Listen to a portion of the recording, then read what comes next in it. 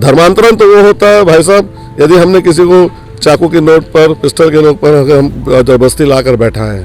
धर्म के आधार पर इस देश को बांटना गलत है। और यदि धर्मांतरण वाली जैसी कोई बात है, हम तो बोल रहे पुलिस कार्रवाई करे। और धर्म के बारे में बहुत साफ है, धर्म सभी का व्यक्तिगत विषय है। निजी करके जब चैन छीना तब मैं उस पर झपटा हूँ, ये बात सही है। आपके बच्चे जैसा, आपके भाई जैसा हूँ मैं। आप अपने दिल में हाथ रख के बताइए, आप लोग क्या मैं ऐसा किया आप लोगों के साथ? दुश्मन को माफ करना जानते हैं तो हम एक महिला पर कैसे अत्याचार कर सकते हैं? और ये जो इतना सरासर इल्जाम मुझ पर लगाना, मुझे इसी बात का दुख है, मुझे मार खाने का दुख नहीं है। उस जिस दिन उसके पापा गुजर गए उस दिन वो जॉन भी गुजर गया, ठीक है। आज मैं एम जोनाथन हूँ और मैं एक सच्चे मसीह के नाते अपने जीवन को बनाए रखा हूँ। क्या इतनी ऐसी घृणा आपको यीशु मसीह को लेकर? आप बताइए, जो यीशु मसीह दुश्मन से प्यार करना सिखाता है। सुन लो, अगर वो जॉन जिंदा रहता है ना, मुझ में 2 मिनट लगेंगे। तो हम उसके खिलाफ है और ये गलत बात है। और जो बीजेपी इन लोगों को संरक्षण दे रही है, वो याद रखे कि ये तो सिर्फ झांकी है। हस्तक्षेप करता है कोई दल, कोई राजनीति, तो हम उसके खिलाफ है। पहली बार मध्य भारत का सबसे एडवांस 3 टेस्ला MRI। सारी स्कैनिंग 6 से 10 मिनट में हो जाती है, जहां आम MRI मशीन 45 से 1 घंटे लेती है। GT diagnostic, near Nehru Nagar square, Priyadarshini परिसर, भिलाई। नमस्कार, मैं हूं मयंक चतुर्वेदी और आप देख रहे हैं तीरंदाज। पिछला संडे यानी कि 14 सितंबर आप लोगों को अच्छे से याद होगा कि दुर्ग जिले के पद्मनाभपुर में एक चर्च को विवाद को लेकर, चर्च में धर्मांतरण का आरोप लगाते हुए बजरंगियों ने बड़ा बवाल काटा था और वहां एक पदाधिकारी की पिटाई की थी। वो पदाधिकारी आज हमारे साथ हैं और वो UCC के अध्यक्ष हैं, यानी कि यूनाइटेड क्रिश्चियन काउंसिल के वो प्रदेश अध्यक्ष हैं और आज वो हमारे साथ हैं। जॉन जी से पूछते हैं कि वो पूरा घटनाक्रम क्या हुआ था और उनका उस मामले को लेकर के क्या कहना है। जॉन जी, वो क्या मामला था? आप क्योंकि है क्या कि एक पक्ष तो आ गया था, दूसरा पक्ष नहीं आया। हमने तमाम कोशिशें की कि क्रिश्चियन समुदाय के तमाम लोगों से बात करें, कुछ लोग बोले भी, कुछ लोग नहीं बोले, लेकिन सत्य आप बता सकते हैं क्योंकि आप उसके भुक्तभोगी हैं। जी हाँ, और सत्य बताने की ज़रूरत भी है क्योंकि बहुत से झूठे आरोप जो है इस बीच में मेरे मौन रहने से जो है मुझ पर लगाए गए हैं। तो आज अच्छा समय आप आए हैं और मैं इस वीडियो के माध्यम, आपके माध्यम से इन बातों का खुलासा भी करना चाहता हूँ कि संडे के दिन शिलो चर्च प्रेयर टावर में, ठीक है, ये बजरंगी दल के, मतलब जो बजरंगी दल अपने आप को बताते हैं, एक्चुअली है नहीं। हमने पता किया वो है नहीं, क्योंकि हमने पता किया है कि इनको बहिष्कृत कर दिया गया है, लेकिन फिर भी अपना एक छत्तीसगढ़ ऐसा बनाकर फर्जी टाइप का बना के लोग कर रहे हैं। तो ये लोग वहाँ पर पहुँचे हैं, वही ज्योति शर्मा, वही रवि निगम, प्रदीप सिन्हा और प्रफुल्ल, ठीक है, ये और अन्य कई लोग थे वहाँ पर। कम से कम 70-80 लोग थे वहाँ पर पहुँचे और वहाँ पर पहुँचने के बाद वहाँ पर उन्होंने नारेबाजी और प्रेयर डिस्टर्ब करना शुरू किया और उसके बाद उन्होंने 2 बच्चों को, हमारे जवान बच्चों को जो है दौड़ा कर मारा, ठीक है। और इस बात की खबर, मैं जब रिसाली चर्च में था, इस बात की खबर मिली तो मैं वहाँ से फिर अकेला निकल कर, क्योंकि मारपीट हो रही बोली वो बात आई, तो मैं वहाँ से निकल कर शिलो टावर में आया। तो वहाँ पर आया तो सब वहाँ पर ये लोग बाइट वगैरह दे रहे थे। उतने में मैं अपना, मतलब चर्च वाले हमारे गेट खोले कि मैं आया हूँ, तो अंदर जाने की कोशिश कर रहा था, नहीं जाने देंगे करके बाहर से आके मेरे साथ झुमा झटकी और गुंडागर्दी करने लगे। इसी दरमियान में बार बार जो है 2 से 3 बार मेरा शर्ट और मेरे पेट पर जो है, मतलब चिमटी काटना, पैर शर्ट खींचना अंदर से, पुलिस वालों आड़ से जब करने लगे तो ये क्या कर रहा है करके मैं उसको धक्का मारा। जो व्यक्ति है अपना प्रदीप सिन्हा, ठीक है, और उसके ही बर्बरता और उसी के गाली गलौज और उसके उस हरकत के कारण से ही बात बिगड़ी है वहाँ पर। जब मैंने उसको, एक क्या कर रहा, शर्ट खींच रहा था, क्या कर रहा है तू, ऐसा करके उसको धक्का मारा, उसके हाथ को धक्का मारा। तो फिर यहाँ से इस साइड से रवि निगम ये सब हमला करना शुरू किया, ओए करके। फिर वो प्रदीप सिन्हा साइड से आकर मुझ पर हमला किया और मेरे चैन को खींचा। तो चूँकि 2 दिन पहले वो चैन, 3 दिन पहले मेरी सास ने मुझे गिफ्ट किया था और वो उस चैन के खींचने पर मुझे, मतलब पहला उसी दिन पहना था, पहला दिन पहना था चैन को।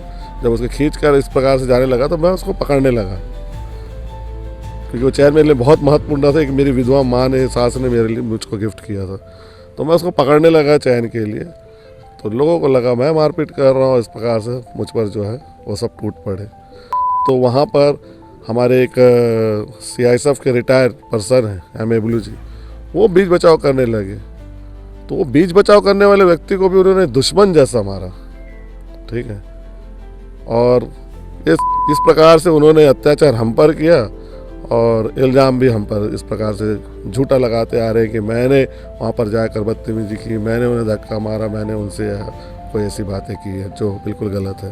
अच्छा, एक आरोप और उन्होंने लगाया कि जो है महिलाओं के कपड़े फाड़े, आपका नाम लिया कि जॉन नाम के एक व्यक्ति आए, उन्होंने कपड़े फाड़े और जो है इसी के बाद मामला बिगड़ा।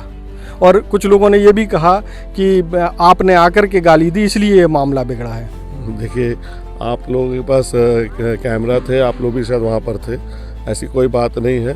जब वो चैन छीन के, जब वो मेरे से बदतमीजी करके जब चैन छीना, तब मैं उस पर झपटा हूँ, ये बात सही है, ठीक है। और रही बात महिलाओं ने जो मुझ पर आरोप लगाया है, तो मुझे बड़ा शर्म सा लग रहा है, क्योंकि हिंदू महिलाएं, ठीक है, मतलब मैं भी मतलब कई घर जाता हूँ, मैं अम्मा बोलता हूँ, माता जी बोलता हूँ, बहन मानता हूँ।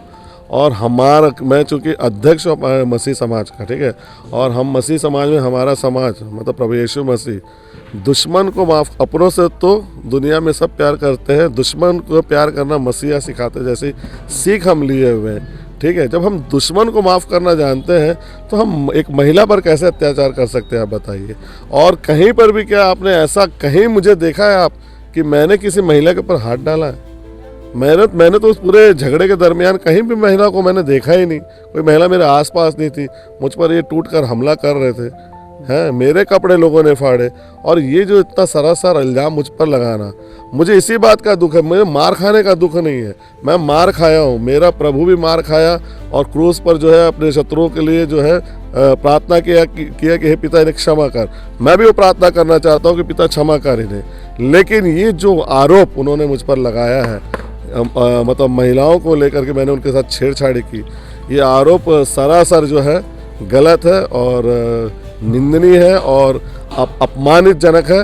और इससे मुझे बहुत ठेस लगी है मेरे मतलब आत्मसम्मान को, मेरे प्रतिष्ठा को, और मेरे मतलब मुझ पर जो मेरे समाज को भी जो है इस पर ठेस लगा है।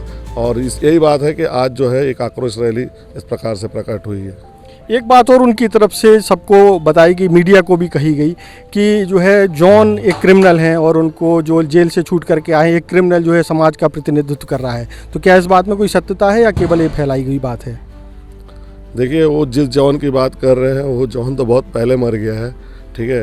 वो जॉन जब जेल में था, उसके छोटे छोटे बच्चे थे, सबको बहुत बड़ी कहानी है, ठीक है। उस जॉन को लेकर उसके पिताजी गुजर गए, तो जिस कारण से उसके पापा गुजर गए, ठीक है, जिस दिन उसके पापा गुजर गए उस दिन वो जॉन भी गुजर गया, ठीक है। आज मैं एम जोनाथन हूँ और मैं एक सच्चे मसीह के नाते अपने जीवन को बनाए रखा हूँ, इसीलिए मेरा समाज भी मुझ पर विश्वास करता है और मैं आज इस काबिल बना हूँ मेरे अच्छाई को लेकर, ठीक है।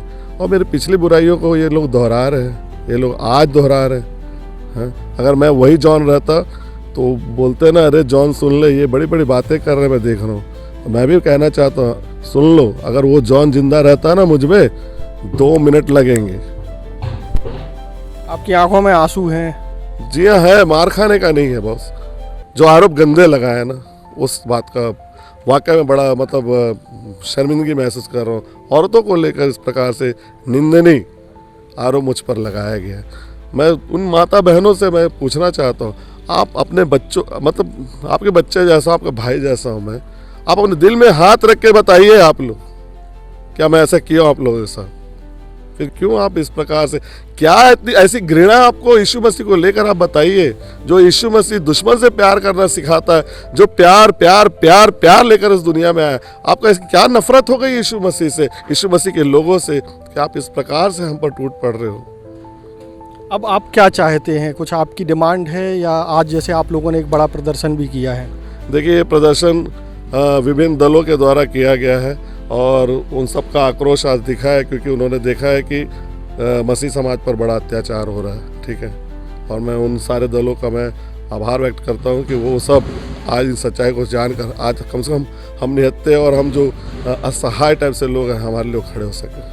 अच्छा, एक चीज़ और हमारे संज्ञान में ये आई कि जब आप लोग, आपके साथ वो हादसा हुआ, तो चूंकि आपके पक्ष के कुछ लोग बोलने को तैयार नहीं थे, बहुत सारे लोगों से हमने संपर्क किया कि वो अपनी बात तो रखें, फिर हर बार यही होता है कि आप एक तरफ दिखा रहे हैं, दूसरी तरफ नहीं दिखा रहे हैं। उस दौरान कुछ लोग बोले, फिर उसके बाद हमने और कई सीनियर्स से आप लोग इस मसले को लेकर के बात की, तो उन्होंने एक बात कही, वो हम आपसे कंफर्म करना चाहते हैं कि एक्चुअल में जो चर्च का कॉन्सेप्ट है, जहाँ बिशप है वो चर्च कहलाती है, तो अगर बिशप नहीं है तो चर्च नहीं है, इसलिए जो बड़े चर्च के लोग हैं वो इन सब चीज़ों में इन्वॉल्व नहीं होना चाहते। ऐसा क्या कुछ मामला है? देखिए, चर्च जो है, प्रभु यीशु, हमारे बाइबल को कुछ लोग ठीक से समझ नहीं पाते हैं और ये सब बातें करते हैं। हमारे बाइबल में लिखा हुआ है, जहाँ 2 और 3 मेरे नाम से इकट्ठा होते हैं वहाँ मैं होता हूँ। ठीक है, हमारे बाइबल में भी कहा गया कि मैं हृदय में वास करने वाला परमेश्वर हूँ। ठीक है, मैं तुम्हारे अंदर भीतर रहने वाला परमेश्वर हूँ, हाथ के बनाए मंदिरों में रहने वाला नहीं, तुम्हारे अंदर तुम्हारे मतलब हृदय में रहने वाला मैं परमेश्वर हूँ। तुम मेरे मंदिर हो, जीवित मंदिर हो। ठीक है, और इस प्रकार से जो है हमारे बाइबल में हमें सीख मिली हुई है। तो हम जहाँ पर भी हम जो है इकट्ठा होकर अपने आराध्य की यदि हम ध्यान लगाए तो वो हमारा चर्च हो जाता है, वो हमारा मंदिर हो जाता है, वो हमारा पवित्र स्थान हो जाता है। तो हमको एक पर्टिकुलर जगह पर जाकर प्रार्थना करना, ऐसी कोई चीज़ें हमारे लिए नहीं है, इसीलिए हम कभी कभी नहीं जा पाते हैं। या फिर और दूसरी बात, हमारे कुछ जैसे मलयाली संस्थाएं हैं, तेलुगु लोग हैं, कुछ और है लोकल्स हैं, उन्होंने अपने अपने एक चर्चे बना ली है। ठीक है, तो अब फिर भी ग्रोथ हो रहा है, बढ़ते जा रहे हैं। तो आजकल घरों में यहाँ वहाँ भी लोग अपना चर्च बनाकर चला रहे हैं, और कहीं हमको तो आजकल रजिस्ट्रेशन नहीं मिलता, स्थान वगैरह नहीं मिलता, तो लोग इस प्रकार से जो है प्रेयर टावर के नाम से परमिशन लेके बना रहे हैं। तो और दूसरी बात, शिलो प्रेयर टावर एक रजिस्टर्ड संस्था है और इतने सालों से वहाँ पर चर्च चल रहा है, 40 साल से चल रहा है। उसको आज आप रोकने वाले क्यों होते हैं, बताइए ना, क्या कर आज क्यों रोक रहे हो आप? 40 साल से कोई नहीं रोका, आप आके क्यों रोक रहे हो? और यदि धर्मांतरण वाली जैसी कोई बात है, हम तो बोल रहे पुलिस कार्रवाई करे, और जब पुलिस तो आपके साथ जाती है, पूछ परख SDM आ रहा है, पुलिस आ रही है, LIB आ रहे हैं, सब आ रहे हैं, और कोई अगर वहाँ आपको मिलता भी है ऐसा तो वो बोलते हैं हम अपने स्वेच्छा से आए। तो कोई अगर अपने स्वेच्छा से आया है, हमारे बीच में बैठा है, तो उसको आप कैसे रोक सकते हो? उसके संविधान के हक को आप कैसे मार सकते हैं, बताओ ना।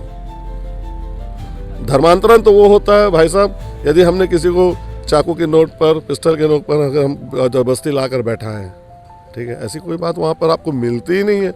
आप यार आरोप पे कितने सालों से आरोप लगा रहे हो और ऐसी कोई बात आपको देखने नहीं मिली। आपको तो शर्म आना चाहिए कि किसी ने आज तक ये नहीं कहा कि मेरा धर्मांतरण ही लोग कर रहे हैं, हम अपने स्वेच्छा से आए, आप उनको गाली देते हो, धर्म बदल लिए हो, तुम ये कर लो वो कर लो। ये होते कौन है उनकी स्वतंत्रता पर अधिकार जलाने वाले? ये क्या उनको पाल रहे हैं? ये क्या उनको खिला रहे पिला रहे हैं? अच्छा, एक अंतिम सवाल हमारा ये है कि पुराने जॉन और अब के जॉन में अंतर आने की वजह, बदलाव की वजह क्या है?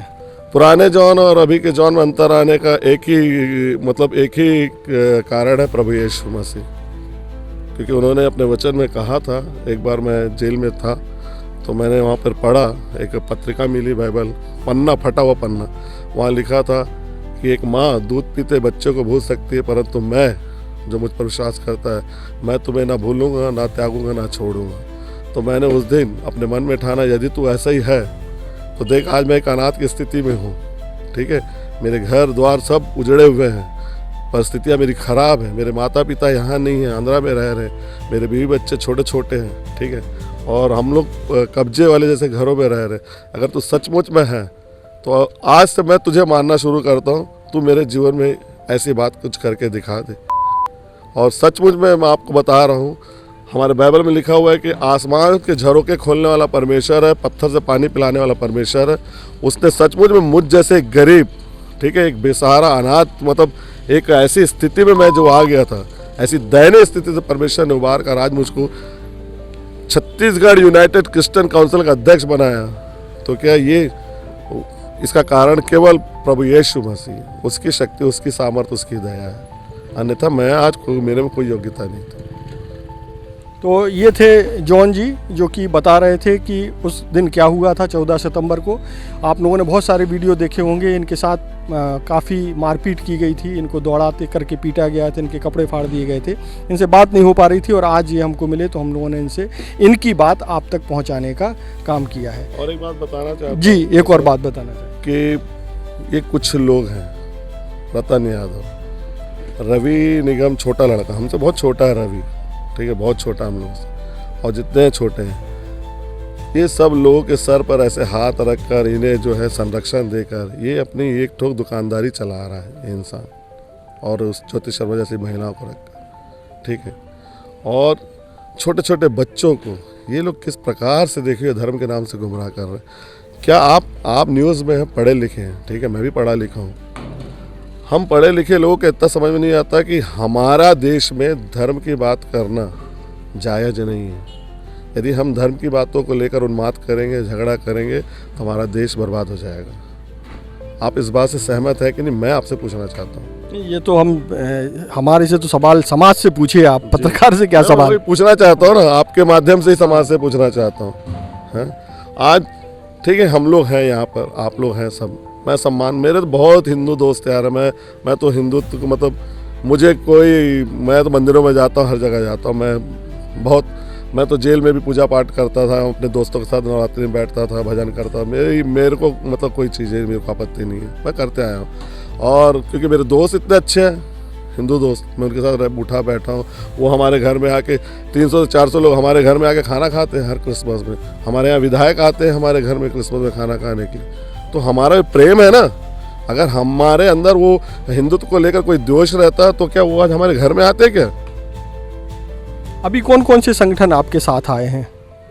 देखिए, हर मानवता रखने वाला हर एक इंसान आज हमारे साथ है, मैं इस बात को महसूस करता हूँ, ठीक है। और जिसके पास मानवता नहीं है वो इंसान भले उनकी बात करेगा, लेकिन आज जिसके पास भी मानवता है वो हमारे साथ है, क्योंकि हम लोग मानव सेवा करने वाले लोग हैं, और मानव सेवा को ही माधव सेवा कहा गया है। और इससे बड़ी बात मैं क्या कह सकता हूँ, हमारे और आपके ही ग्रंथों में लिखा हुआ है। तो भीम आर्मी का कितना सपोर्ट मिल रहा है आपको?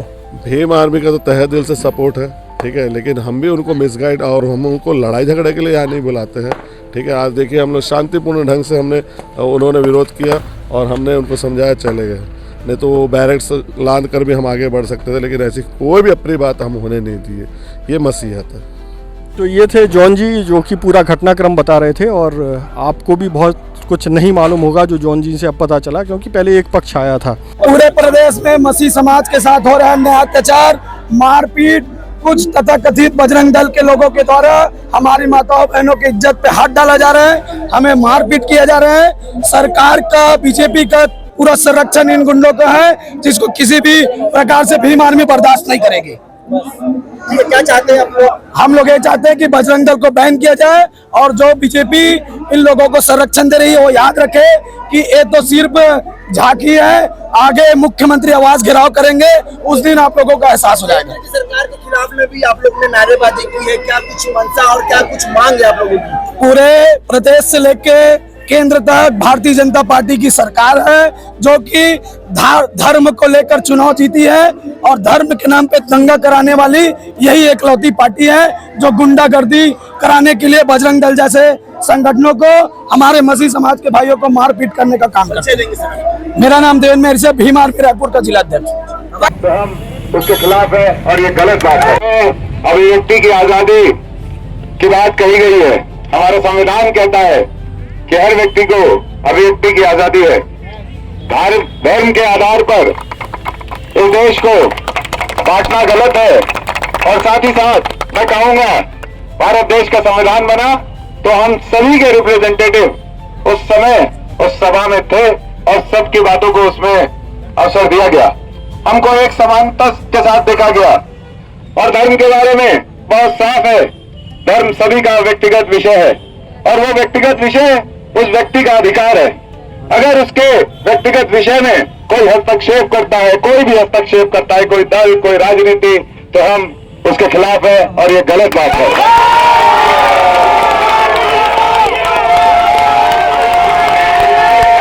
मैं ये बात कहना चाहूंगा, मैं ये भी बात कहना चाहूंगा कि प्रदेश के अंदर जिस तरीके से पुलिस प्रशासन का दुरुपयोग वर्तमान की सरकार कर रही है, ये सब जनता देख रही है।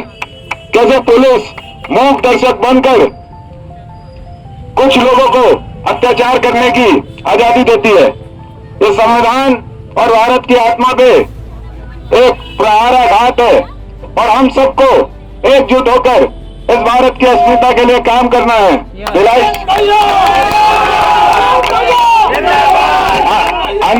अंतिम बात इतना कहूंगा, भिलाई शहर दुर्ग जिला बड़े सौहार्द से एक दूसरे के साथ रहता है, प्यार मोहब्बत से रहता है। यहाँ देश के कोने कोने से लोग आकर बसे हैं, हर जाति धर्म वर्ग के लोग हैं, लेकिन हमारे बीच में जो है वो इंसानियत है, प्यार है, मोहब्बत है।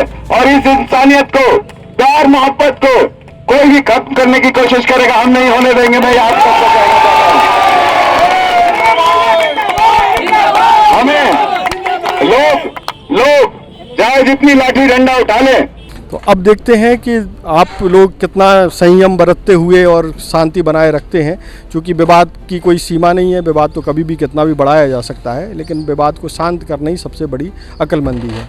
देश और दुनिया की ताज़ा तरीन खबरों से जुड़े रहने के लिए आप तीरंदाज को सब्सक्राइब करना बिल्कुल ना भूलें और बेल आइकन को जरूर प्रेस कर लें। और अगर आप हमारे इस वीडियो को हमारे फेसबुक पेज पर देख रहे हैं तो कृपया करके उसे भी फॉलो कर लें। हम लोग इंस्टाग्राम पर भी उपलब्ध हैं। नमस्कार। स्पर्श मल्टी स्पेशलिटी हॉस्पिटल आधुनिक एवं श्रेष्ठ किडनी विभाग फुल टाइम विशेषज्ञों की देखरेख में दे रहा है डायलिसिस की सुरक्षित और बेहतरीन सुविधा, साथ ही न्यूनतम दर पर हेल्थ पैकेज की सुविधा भी। स्पर्श मल्टी स्पेशलिटी हॉस्पिटल, एक एहसास अपनेपन का। तीरंदाज।